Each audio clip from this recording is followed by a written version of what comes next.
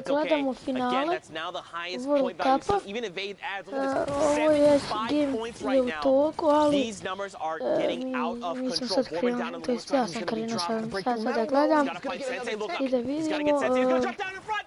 He does not get the trade out. ko Ads će right da now has the health pobjedi, advantage. kojim će Frenzy da and Sensei, osvoji. look at them both. They're so Ovo sve hurt that the Storm is continuing to tick them out, and it is not enough. It's Ads and Frenzy get the victory royale. Man, Zeke, we're 79 points. I can't and do that this. could be 80 because I know that that elimination counter is slow to update towards the end of these replays. It could be enough, and that could even be possibly their last game, or they could have gotten one more in before these queues. I mean, Zeke, this is coming straight down to the wire here in Europe. Oh my goodness, man. Of course it would be like this for the final week. It's been like this every, periodically we've seen moments like this where we've seen players edged out at the very end. And I gotta, Vato and Skite, man. Yes. Out in 6th place in that game, not quite making it to 5th place. That could come back to bite them in a terrible fashion. It could be heartbreaking for them, but we go ahead and catch up with them later in the standings. We'll see where they all end up. Here, Thomas and Kluja finding one elimination this game, and again, we're looking at the point ranges. 77 was that, but as we saw that last game, they pushed over that 77. So don't forget, they're at 83 points when we last saw them. So right now, if you're looking at Thomas and his dual partner Kluja, they could very well contest that 83 points that we saw, right? It's only a difference of 6 points. That's making it into top 10. They're at, or excuse me, top 5. With a few eliminations sprinkled in there, man, I do not want to see Skite and Vato get edged out again. They've come so close so many times. This has got to be their week, and you've got to think they're thinking the same thing, right? They're like, it's all come down. We've put everything on the line. We're playing our hearts out. This is our week to qualify. Just keep your head up and keep positive. And let's not forget about Tux and Vorwin there in that last game as well. Contesting with Skite and Vato, actually taking them out. Right. First, Vato ends up getting split, and Tux takes advantage of that. And then the stink bomb coming in at the perfect moment. Skite not having any white heels. We talked about it earlier. So ending up edging them into that top 5 and finding some eliminations on the way too. Probably kicking themselves, thinking if we had made that top 5, it would have just helped ensure that our placements were very high. But right now, the current game, Berlof here and his duo partner Artemis Swede, they're in top 15. Don't forget that first round of placement points is great, but they're at the 39 threshold. They've got to make more happen. And don't forget Thomas and Kluja, they're sitting on 77 if I remember correctly. The question would be, who else is in this lobby? What other big names can we scout out? It's not just big names, but anybody who's up at the top of the leaderboards right now, because as far as I'm concerned, Thomas and Kluja are the subjects of this game as far as we've seen so far. Obviously, everybody else getting the action. Berlof here, we've already seen them pick up one. They picked up another knock. Are they going to be able to find the elimination here? And they're holding them in zone. They're going to actually probably get this. Definitely the knock is going to be confirmed. Oh, he should have just taken the shots with the AR. He's going to get blue damage numbers over. Here we go. Isla there gets picked up, but oh, man, this is coming down to the wire. This 14 number hasn't quite changed. Top 10 is the next threshold. Well, they get knocked out. Oh, they're coming down. They got to start building down. Did they drop? Probably just a little bit of damage there, or started using the glider redeploys. Yes, the rift comes out actually for Berlof, but I don't think he took his teammate Sweet with him. No. You see only a little bit of white HP missing, so probably maybe used a shadow bomber or maybe a flint knock or something to save himself from taking the damage. But who's on high ground? He's looking to see, maybe I'm going to make a play right now. No, he's going to decide I want to join my teammate, and Sweet has a perfect hold for him as he edits him down through it. It's Thomas and Kluja on high ground, by the way. Yeah, this is a game. They need to close this game out, right? Like we know for a fact, 83 again. In case you just tuned in, that was the highest threshold we've seen for points. Kluja and Thomas, they were at 77 not that long ago. They're about to hit top 10, which is another round of placement points on top of any eliminations they picked up along the way. Down below, those Swede and Artemis Sweet and Berlof. I hope I'm saying that correctly. They're making things happen, right? They've got the 6 eliminations. They want to try and rack up as many as possible, but they are so far behind right now. And I've got to criticize the use of that second shadow bomb there instead of getting into the box. Maybe a misclick or something, because now he doesn't have the rotation to stay with his teammate Berlof, who does have one more shadow bomb remaining. They're going to have to path in and walk it in. Right now, Again, top 10 is another round of placement points. Everything is going to slow down. Santo is single, unfortunately picked off right there at the edge, missing out on those points. I want to go back up top, right? I want to see what's going on with Kluja. I want to see their points right now. Berloof, Sweet, he's dropped down to nothing. Anyone could accidentally sneeze in his direction and he could get picked off. Someone finds it. It's Detox who's going to be picked off in the crossfire there. Now Sweet again, he's ticking. It must be within a stink bomb and he gets traded out. Berloof does. But Sweet, look, his HP jumps up, so he must have found elimination. A second before, if that player doesn't come from behind, he actually gets the siphon and probably survives there. Yep. So everything coming down to these milliseconds decision. I still haven't seen Thomas. Yes, they finally got one elimination up on high ground. Sweet starting to use that campfire. It's full effectiveness here as the zone starts to go back in the other direction. 5 duos remaining, 7 total players. Oh, and Thomas gets picked up. That puts our another round of placement points. So does that mean, and that must mean they both have been eliminated? Yes, they are both gone. Right now on the high ground, you've got a player, and everyone else is super huddled together because don't forget, this play space is just shrinking right now. Stir6, his dual partner Twix is alive. They find Sweet, who gets picked off. I love the placement of that trap, though, and the quick reaction from Sweet to actually edit his cone in a certain way so he can make it out unscathed, but still, 4 duos remaining. One player drops behind. They're all the same skin for some reason, and Stysrix is going to be able to find him easily. So that duo down on low ground by themselves right now against 2 more players, Nijulian and Oxy right here. And down below, Styrix and Twix are the only duo left. They immediately shut down Oxy. They're like, one player's pushing us, just let's cooperate, let's shut this guy down, and now they're in a 2v1. Gooden here is going to have the fight of his life, and he's on the 64 points. We've seen a lot of players hovering in that range.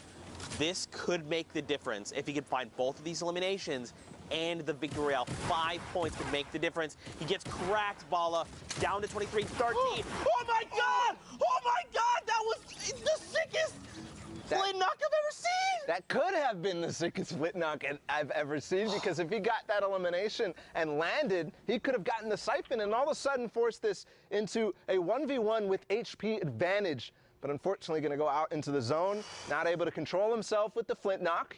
Just like Zeke here, a little bit of excitement there from that play. I'm melting in my chair. I'm just slowly sliding down. I'm trying to collect myself, Fortnite fan, but it's not working right now. Next game, 62 players, 34 duos, still sliding down. 85 points from Rojo and Wolfies? Okay, guys. All right, listen. So they were slowing down when we last took a look at the standings when I was up there with you, Zeke.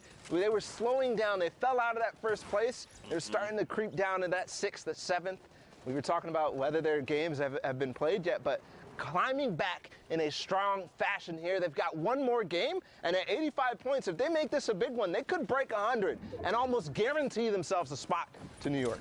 They have shifted gears, shifted mindset, and have said, we need to punch our tickets. We need to be on the stage of the World Cup Finals in New York City. Right now, they've got 3 eliminations between them. Don't forget, top 15 is the round of placement points. They are halfway there. They've got to play this smart. They've got to find these few eliminations, like this one player roaming around. Oh my God! Elite gets picked off, another elimination heading their way. And look at this, they're just looking to confirm eliminations.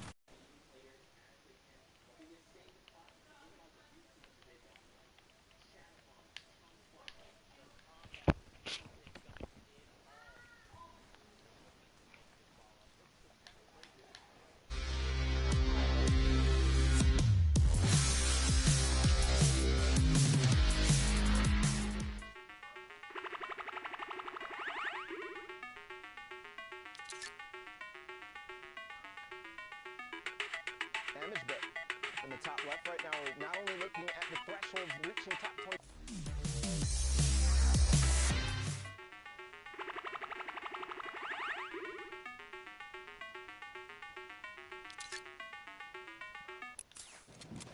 That's right. Don't forget they've qualified, which means right now they're playing for money, which is great. So you got to think they're trying to find eliminations. Den, Magic Pulse. By the way, someone tweeted at us. That means the magical sausage. You're welcome. The more you know. More shots coming out here from Ollie is cracked. He did not manage to crack that player's shields, but the shots were pretty on point, and he's, of course, 761 above the damage threshold for the Storm. There, Motor, for just a brief moment, peeks out, and Ollie finds and secures it. I think he might have also hit Motor's teammate, Ferox. I believe he did. As he jumped out of that box, I'm looking at Wolfies and Rojo right now, carpeting their way towards the zone. They're going to go ahead and decide to launch pad. They use that, tarp for a second just to get ahead of everybody else, make sure they're not going to, hit their heads and waste the launch pad effectively. But here, Benji using those chug splashes to immediately get back up to max health, starting his turtle forward. And the fish out of water here. I mean, the duel of these, we kind of, it's funny that you said we may not see them in top 10, but look at the point thresholds. I know. They said, look, Bala, we're savage. We're Benji Fishy, bro. Don't put us out. By the way, four rounds in the AR, only 4. And Zeke finds actually 2 players who didn't edit their box close. He's going to take out Black. And his teammate as well, Stoico, going down, and that's probably the end of their run in the World Cup.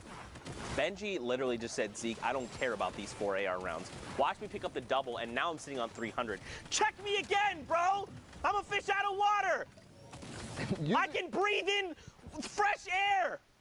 That was, in case you didn't see that was a thing at the Summer Block Party, which made me laugh, by the way. Go back and watch those little interstitials. They're fantastic. That's what I was referencing. But 86 points over on Wolfsies and Rojo. Yeah, and he's actually in trouble here as the Shadow Bomb. This player actually doesn't realize, though, he's going to take a nice shot onto Mawaka, sorry. As Wolfie's making his way forward, Rojo is split, but we've seen this situation before. Again, reaching towards that 90 points right now. One more elimination is going to do it, but Rojo goes down, and it's all up to Wolfies right now. All right, here we go. So Rojo gets picked up. But now, look, they've just hit that 90-point threshold. So let's think about this, right? If Wolfies could clutch it up by himself, he'd have to at least get the Victory Royale, which is another 7 points, and at least 3 eliminations. There's still 10 players. It's doable. To get 100, is that what to break the triple digits. Yeah, I want to see the 100. I want to see it because they want to see it too. I mean, based on what scores I'm seeing already spread out throughout the map and the games that we've seen, I think he's already probably clinched it. But he's thinking, I have to perform the best I have ever done here. I have to win this game if I want to make it, because I don't have high ground. I don't have a teammate. I've got to do everything. I've got to take all this responsibility on my shoulder, all the pressure from all 10 weeks, and do it right now, Zeke. That's right. And you got to think they're probably saying, like, just imagine this was you on the stage of the World Cup Finals, right? Imagine you're in that moment. Take everything, all the practice, the long hours you put and dedicated to this game and focus it and hone it in right now. Wolfies, he's got 3 eliminations. Again, 94 points. If he can find 3 more eliminations, it's not enough. Confetti trades him out and shuts him down in that moment.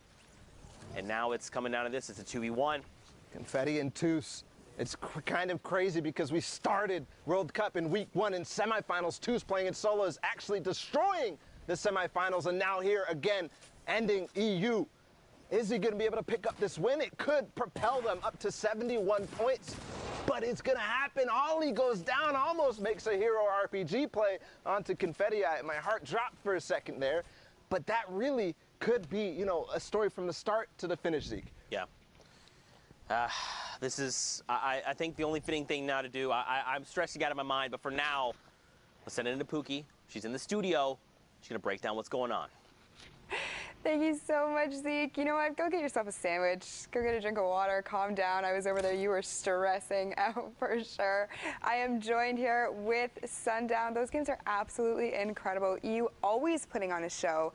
Never disappointing. Speaking of that, don't want to bring up who's going to be disappointed or excited, but we got to look at the standings. The final standings, the last 4 coming out of Europe. It's been so absurdly competitive, and let's take a look. Punch some tickets going through. Wolfies and Rojo taking the top spot. Stompy Tashinkin, Benji Fishy, and Mr. Savage don't know how to share. They're still hanging out. Had already qualified, so that means it shifts down. And we got Skype in Vato, Vorin in Tux, and then Klusha in Singularities. Thomas HD taking up the spots, 1 point separating the difference, going through there. Saw it going down. I mean, This is nuts. So many players who we've seen, Klusha getting the double qualification going through, Shinken and Stompy not knowing how to stay off of the top. Huge runs from Skyt and Vato, as well as Vorin and Tux, and then Wolfies and Rojo just dominating at the start of the day, kind of falling off, and everyone was saying, oh, can they stay up there? A huge last-minute surge, $20,000, a trip to New York City, Pooks. That's massive. Congratulations to everyone who has qualified for World Cup finals in New York in July. I cannot wait to meet all of you, but we have some business to get down to, Sundown. Time to punch some tickets, right? Yeah, we got to punch those tickets. All right, let's get the top one right there. Congratulations, Wolfies and Rojo. We got Skyt and Vato coming out of the stream. Am I doing this one? Yeah, you can get that one as well. Split it up 2 and 2, and then get Vorin and Tux. Such a great job from Tux there. We saw a number of his plays. Vorin as well clutching up in the end, and then rounding it out. Klusha, by the way, in Singularity. Thomas HD, congratulations. All of you played so incredibly well. It was a great day to round it out. But again, hey, first of all, to even get to Sunday in Europe, it took 67 points in a victory royale.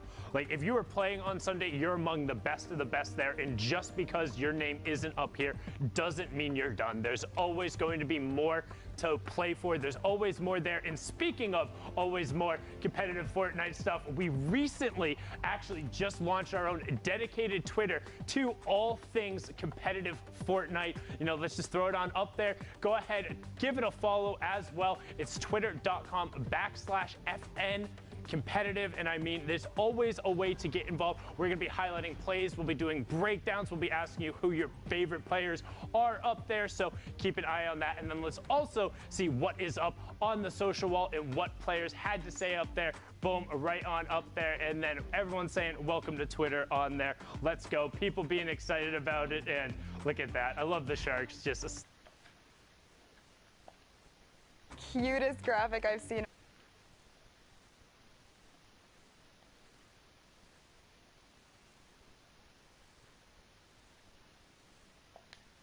as well, but I mean, just you know, potato. That is what it is. But yeah, guys, if you're not following this Twitter already, please go and give it a follow. I'm following it. I know Sundown is.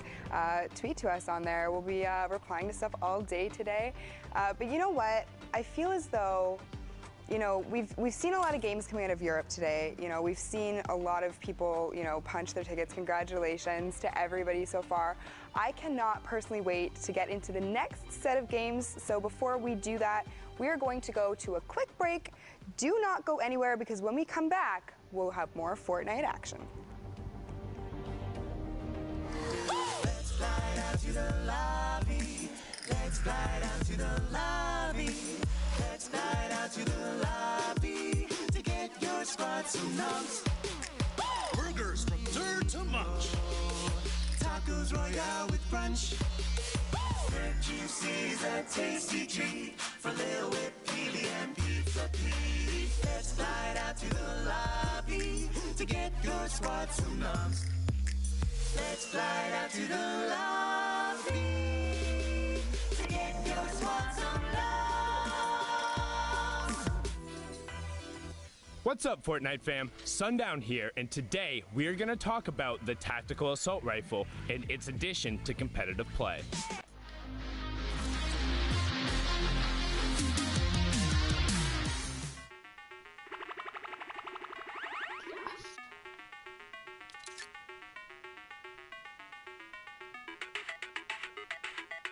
Legendary weapon that utilizes light ammunition and has a high rate of fire.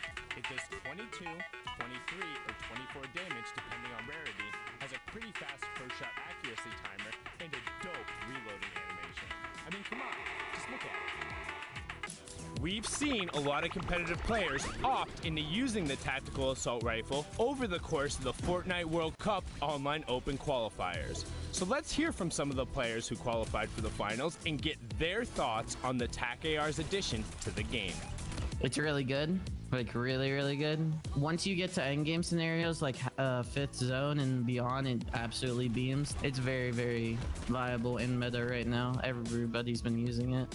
I like it because you could actually sneak up on someone. It has this low sound, so it's hard to hear. It has its viability due to its first shot accuracy that can make it really strong, and the fall off damage isn't as strong as it was for the silent SMG, which got vaulted. I reckon the gun's awesome for endgame because if you've got height, that gun can really get a lot of eliminations because it's like a laser, and people endgame tend to have less HP than they would towards the early and mid game. So I think it's really strong in situations.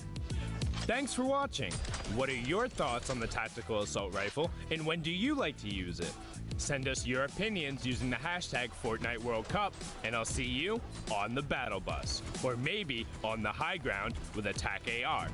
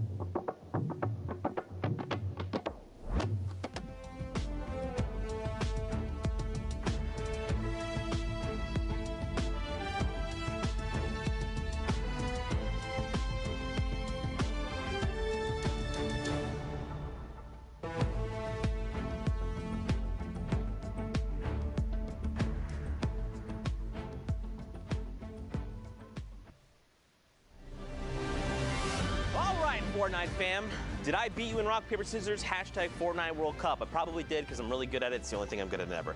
But guys, we are knee deep in the World Cup finals. Qualifier here for duos. It has been unbelievable. The European action has not disappointed. But of course, we're getting ready to hop into more games. Now what we're going to do is we're going to take a look at Oceania replays, because don't forget, Oceania and Asia happened overnight. So we're going to also look at Asia replays as well. I guess I should have said both. And then we're going to take a live look into Brazil, see how things are going for them. I need two casters on deck. Let's get Pookie Face. Let's get Sundown. Let's get into these games. Thank you so much, Zeke. I'm joined here by the amazing Pookie Face, who has a great talent at ignoring high fives. Oh, my goodness. Wow, she literally looked right at the camera and then right at me. But as Zeke just said, Oceania and Asia wrapped up last night. I stayed up and watched some of the games. I know most people didn't, but they were incredible. The last spots were there, and let's hop in, give these guys a little coverage, and celebrate just how awesome at Fortnite they are. Now, a fun fact about both these guys, 7 matches played total. That was all they ended up running through. So they were able to get the maximum amount of points through each one of them, not needing all 10. And as we talked about with the Breakaway Esports duo of Serpent and Hype, averaging a placement of 2.67 across those 7 games. That is ridiculous. That is extremely high. Do you know what other teams are sitting at in terms of averages like that? I mean, you really don't typically will see placements like that in a 10-game run. Like in overall, like we've seen people be.